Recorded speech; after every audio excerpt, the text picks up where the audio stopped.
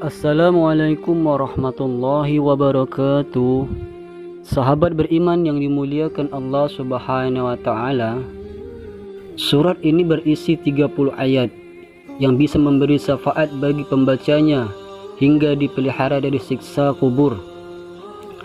Apa yang disampaikan Rasulullah SAW tentang fadilah surat ini merupakan kabar gembira bagi umat muslim. Dikisahkan ada seorang laki-laki yang selamat dari siksa kubur berkat membaca surat ini.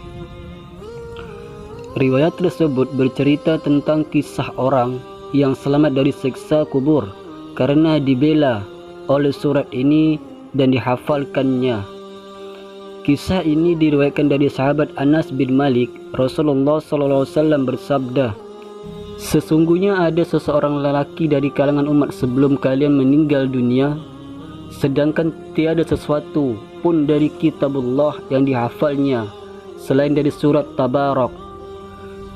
Ketika lelaki itu diletakkan di dalam kuburnya, malaikat penanya datang, maka surat Tabarak menghalang-halanginya, sehingga malaikat itu berkata, 'Sesungguhnya engkau adalah salah satu dari kitabullah, dan aku tidak suka membuatmu tidak senang, tetapi aku tidak mempunyai kuasa bagimu, bagi dia, dan juga bagi diriku terhadap sesuatu kemudaratan dan juga suatu kemanfaatan.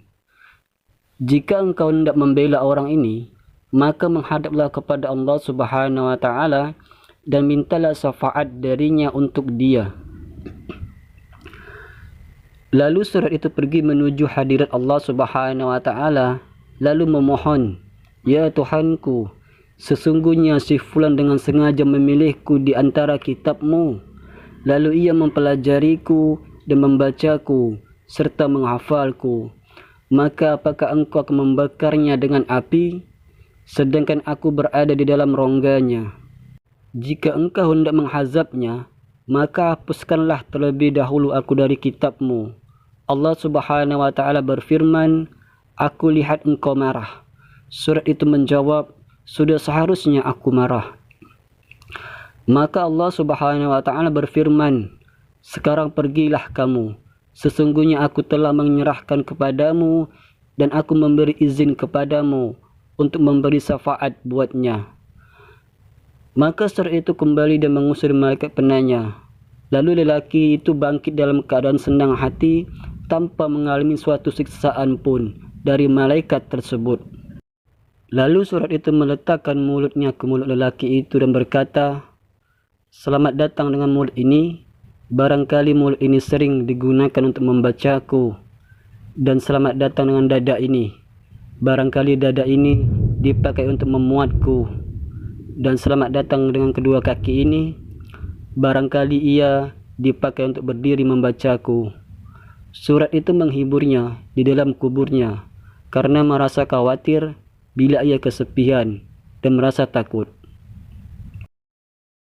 Anas bin Malik melanjutkan, setelah Rasulullah SAW menceritakan kisah ini, maka tiada seorang pun, baik anak kecil ataupun orang dewasa atau budak atau orang yang merdeka, melainkan mempelajarinya dan menghafalkannya.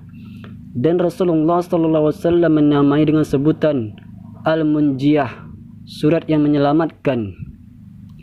Dari Ibnu Abbas bahwa ia pernah berkata kepada seseorang, 'Maukah aku hadiahkan kepadamu suatu hadis yang membuatmu gembira?' Lelaki itu menjawab, 'Tentu saja aku mau.' Ibnu Abbas mengatakan, 'Bacalah surat Al-Mulk dan ajarkanlah kepada keluargamu serta semua anak-anakmu dan semua ahli baitmu yang masih anak-anak dan juga semua tetanggamu, karena sesungguhnya surat Al-Mulk ini adalah surat yang akan menyelamatkan dan yang mendebat atau membela pembacanya kelak di hari kiamat di hadapan Tuhannya, dan memohon kepadanya agar menyelamatkan dari azab neraka dan juga menyelamatkan penghafalan dari siksa kubur." Dari Abu Hurairah bahwa Rasulullah SAW pernah bersabda, "Sesungguhnya di dalam Al-Quran terdapat suatu surat berisikan 30 ayat dapat memberi syafaat bagi pembacanya hingga ia mendapat ampunan, iaitu Tabarakallazi biyadihil mulk, surat Al-Mulk. Saudaraku yang dimuliakan Allah Subhanahu wa taala, demikianlah kisah dari penghafal surat Al-Mulk. Semoga kita semua umat muslim senantiasa membaca bahkan menghafalnya. Semoga apa yang saya sampaikan bermanfaat.